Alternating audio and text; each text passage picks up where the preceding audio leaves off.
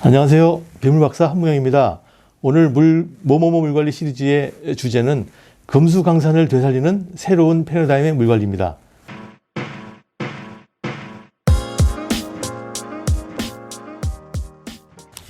금수강산의 뜻이 뭔지 아세요? 비단금. 비단으로 술을 놓은 듯이 아름다운 우리 강과 산, 우리 국토라는 뜻입니다. 그런 얘기를 들은 거 보면 우리 선조들은 우리에게 금수강산을 남겨줬는데 우리도 죽으면서 우리 후손에게도 그런 비슷한 금수강산을 남겨줘야 되지 않겠느냐. 만약에 우리가 좋은 걸 우리 선조한테 받은 다음에 아주 나쁜 걸 우리 후손한테 주면은 그것은 이제 후손한테 욕을 먹는 방법이고, 그리고 이제 지속가능한 방법이 아닙니다. 근데 가보면 여기저기 금수강산이 안 된 곳이 많이 있습니다. 금수강산을 잃어버릴 것 같은데 그 이유는 잘못된 물관리 때문에 그렇다고 생각됩니다.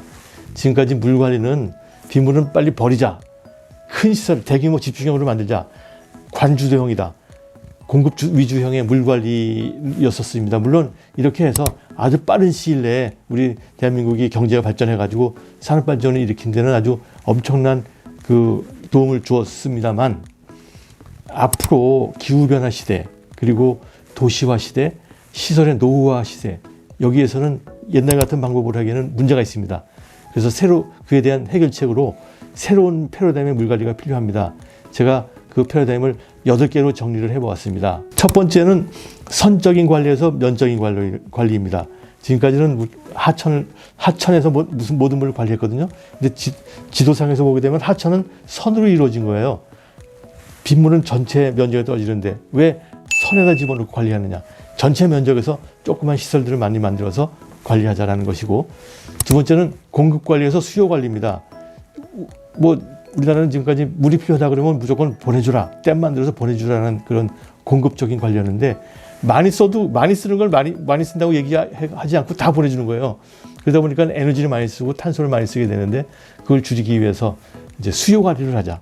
각자가 물을 적게 쓰는 방법으로 하자는 것이고, 그리고 세 번째는 빗물을 버리는 정책이었습니다. 그것을 모으는 정책으로 가자. 홈통에서 떨어지는 빗물 그대로 하수로 내보내잖아요. 홈통에 떨어지는 빗물을 잘 받아주는 모으는 정책으로 가자 하는 것이고, 네 번째는 보이는 물과 보이지 않는 물. 사실 물을 하면은 하천의 물만 보이고, 하천에 있는 물만 물이고, 그리고 호수에 있는 물만 물이라고 생각하는데, 그러지 않고 우리 국토에 있는 물은 그것 플러스 보이지 않는 물들이 있습니다. 지하수가 있고, 토양에 촉촉히 적셔 있는 토양수가 있고, 나무에 있는 식생수가 있고, 대기수가 있습니다. 이런 보이는 물과 보이지 않는 물 다 합한 것이 우리 전체 국토의 물의 자산인데 왜 보이는 물만 하고 있느냐. 사실 보이는 물은 보이지 않는 물에 비하면 약 1%밖에 안 되는 양입니다. 다섯 번째로는 단일 목적에서 다목적입니다. 홍수 방지용 저류시설은 홍수 때만 씁니다. 1년에 3, 4일 쓰고 맙니다. 커다란 시설을 만들어 놓고 1년 내내 노는 거는 좀 보기 안 좋잖아요. 그걸 다목적으로 하자. 홍수 방지하고 가뭄도 대비하고 비상용수하고 여러 가지 할 수 있는 거를 하게 되면 좋겠다. 여섯 번째인데, 기후변화 대응을 적응해서 회복으로 가자. 그냥 기후변화가 나오는 건 확실한데, 사실인데, 그걸 어떻게 하면 피해 나갈까 이렇게 생각하는 것을 넘어서 기후를 회복을 하자. 우리가 기후를 만들자, 이런 것이고, 일곱 번째는 물관리의 한류. 사실 물관리 세계 최고가 어디겠냐 하면은 물관리 여건이 가장 나쁘지만 그것을 잘 극복한 나라가 그 물관리 잘하는 나라가 아닐까. 바로 대한민국이 그렇습니다. 우리 선조들은 그걸 잘 만들어 왔고, 그런 것들이 우리의 전통과 문화에 나와 있으니 그걸 잘만 엮어서, 그리고 기술과 접목시키게 되면 물관리 우리가 세계 최고가 될 수 있습니다. 그리고 그러면 우리 물 정책 방향의 우선순위를 무엇으로 할까? 아주 쉽게, 아주 모든 사람이 알 수 있게 하는 방법. 제가 생각하는 거는 첫 번째는 물 절약입니다.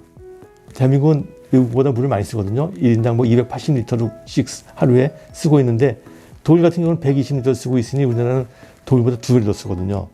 그러면 물 공급하기 위해서 엄청난 양의 탄소가 쓰이고, 또 물을 처리하는데 엄청난 양의 탄소가 쓰이는데, 물을 절약하면은 제일 좋다. 그래서 저는 물 절약을 제일 먼저로 생각을 하고, 그 다음에 빗물 관리입니다.